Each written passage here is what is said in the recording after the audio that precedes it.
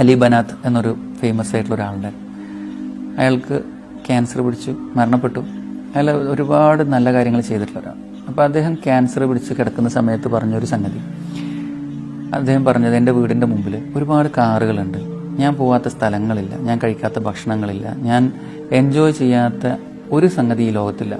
പക്ഷെ നിങ്ങളോട് ഞാൻ പറയട്ടെ, ഈ ഒരു കാര്യങ്ങൾ, നിങ്ങൾ ഈ പറഞ്ഞ ഈ സംഗതികളെക്കാളും പ്രധാനപ്പെട്ട ഏറ്റവും ഭംഗിയുള്ള ഒരു അനുഗ്രഹത്തിനെ കുറിച്ച് ഞാൻ പറഞ്ഞു തരട്ടെ എന്ന് പറഞ്ഞിട്ടല്ല പറഞ്ഞത്. എന്താണെന്നറിയാം, പരസഹായം കൂടാതെ രാവിലെ എഴുന്നേറ്റ് ഒന്ന് ടോയ്ലറ്റ് പോകാൻ പറ്റുന്നുണ്ടെങ്കിൽ ഈ പറഞ്ഞ സൗകര്യങ്ങളെക്കാളൊക്കെ അതിന് വാല്യൂ ഉണ്ട്.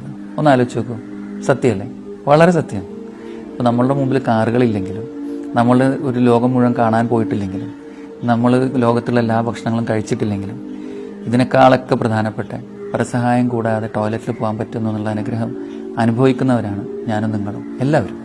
അപ്പം ഇങ്ങനെയുള്ള ചെറിയ ചെറിയ അനുഗ്രഹങ്ങളെപ്പറ്റി, ഇങ്ങനെയുള്ള ബ്ലെസ്സിങ്ങുകളെ പറ്റി നമ്മൾ കൂടുതലായിട്ട് ഓർത്താൽ, ആ ഓരോന്ന് കിട്ടുമ്പോഴും അതിന് എണ്ണാൻ ശ്രമിച്ചാൽ, വേറൊരു സംഗതിയിൽ ഞാൻ പറയുകയാണെങ്കിൽ, നമ്മൾ ഈ അനുഗ്രഹങ്ങൾ എണ്ണാൻ തുടങ്ങുകയാണെങ്കിൽ 1, 2, 3 എന്ന് പറഞ്ഞാൽ 10, 15, 20 എത്തുമ്പോഴാണ് നമുക്കപ്പം തന്നെ മനസ്സിലാവും നമ്മൾ ഓൾറെഡി ഹാപ്പി ആയി കഴിഞ്ഞു, സന്തോഷവാനായി കഴിഞ്ഞു. അപ്പോൾ ഈ ലോകത്ത് സന്തോഷത്തോടു കൂടി, സമാധാനത്തോടു കൂടി, ഐശ്വര്യപൂർണ്ണമായ ഒരു മനസ്സോടു കൂടി ജീവിക്കണമെന്നുണ്ടെങ്കിൽ നമുക്ക് കിട്ടുന്ന ഏറ്റവും ചെറിയ അനുഗ്രഹങ്ങളെ പോലും നമ്മൾ മനസ്സിലാക്കി, അതിൻ്റെ വില മനസ്സിലാക്കി, അതിനെ കൗണ്ട് ചെയ്ത് അതിനോട് നന്ദിയുള്ളവരായിട്ട് ജീവിക്കുമ്പോഴാണ് നമുക്ക് സന്തോഷം കിട്ടുക. അപ്പോൾ നമ്മളിപ്പം ഭക്ഷണം കഴിക്കുകയാണ്, നമ്മൾക്ക് കഴിക്കാൻ പോണേ നമ്മൾ ആലോചിച്ച് നോക്കുകയാണ്.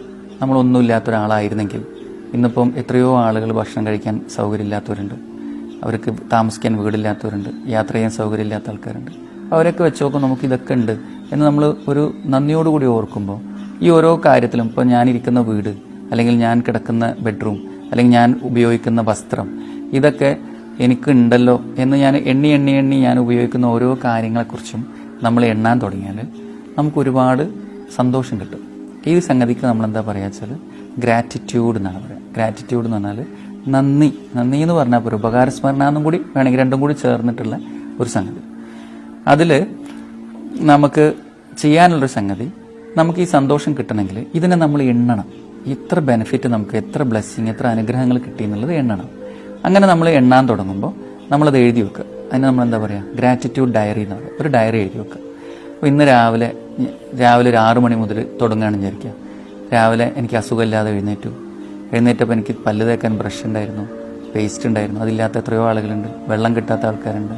വെള്ളം കോരാൻ കിലോമീറ്ററുകൾ നടക്കേണ്ട ആവശ്യമുള്ള ആൾക്കാരുണ്ട്. എനിക്കിതൊന്നും വേണ്ടി വന്നില്ല. എൻ്റെ കാര്യങ്ങളൊക്കെ വളരെ ഭംഗിയായിട്ട് കഴിഞ്ഞു. അതേപോലെ എനിക്ക് കുളിക്കാനുള്ള വെള്ളമുണ്ട്, സോപ്പുണ്ട്, സൗകര്യങ്ങളുണ്ട്. അങ്ങനെ ഓരോ ചെറിയ സാധനങ്ങളും നമ്മൾ എണ്ണി വരുമ്പോൾ, നമ്മൾ ആ ഒരു ശീലം നമ്മുടെ ജീവിതത്തിൽ കൊണ്ടുവരുമ്പോൾ നമുക്ക് ഈ ചെറിയ ചെറിയ സാധനങ്ങളിൽ തന്നെ നമുക്ക് സന്തോഷം കണ്ടെത്താൻ പറ്റും. ഒരു ഡ്രസ്സ് ഇടുമ്പോൾ തന്നെ സന്തോഷം കിട്ടും, സമാധാനമായിട്ടൊന്ന് കുളിക്കാൻ പറ്റിയ സന്തോഷം കിട്ടും, നന്നായി ഉറങ്ങാൻ പറ്റിയ സന്തോഷം കിട്ടും, വയറ് നിറച്ച് ഭക്ഷണം കഴിക്കുമ്പോൾ സന്തോഷം കിട്ടും. ഈ കൊണ്ടൊരു ജ്യൂസ് കുടിക്കുമ്പോൾ തന്നെ നമുക്ക് സമാധാനം കിട്ടും, സന്തോഷം കിട്ടും.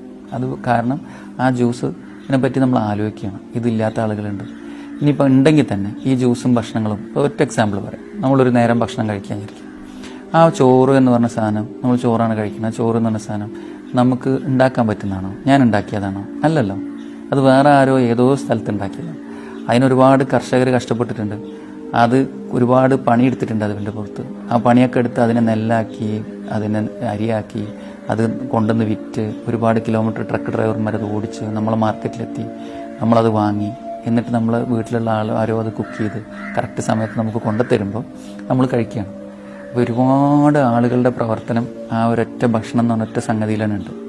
ഇത് എല്ലാ മനുഷ്യന്മാരെക്കുറിച്ചും, ഈ ലോകത്തുള്ള എല്ലാ മനുഷ്യരും, എത്ര പൈസ ഉള്ള ആളാണെങ്കിലും, എത്ര പാവപ്പെട്ടവനാണെങ്കിലും, മറ്റുള്ള ഒരാളുടെ സഹായമില്ലാതെ അവർക്ക് ജീവിക്കാനേ പറ്റില്ല.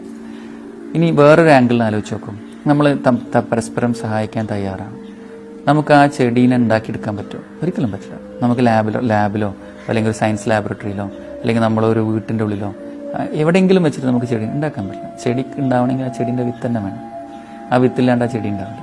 ആ ചെടി മുളക്കണോ വേണ്ടേ എന്നുള്ളത് നമ്മളെ കൺട്രോളിലുള്ള സംഗതിയല്ല. അപ്പോൾ ഇങ്ങനെയുള്ള ഒരുപാട് കാര്യങ്ങൾ നമ്മൾ ആലോചിക്കുമ്പോൾ നമുക്ക് കിട്ടുന്ന ഈ ചെറിയ ചെറിയ ബെനിഫിറ്റുകൾ, ചെറിയ ചെറിയ അനുഗ്രഹങ്ങളെ പോലും നമുക്ക് ഭയങ്കര വലുതായിട്ട് മനസ്സിലാക്കി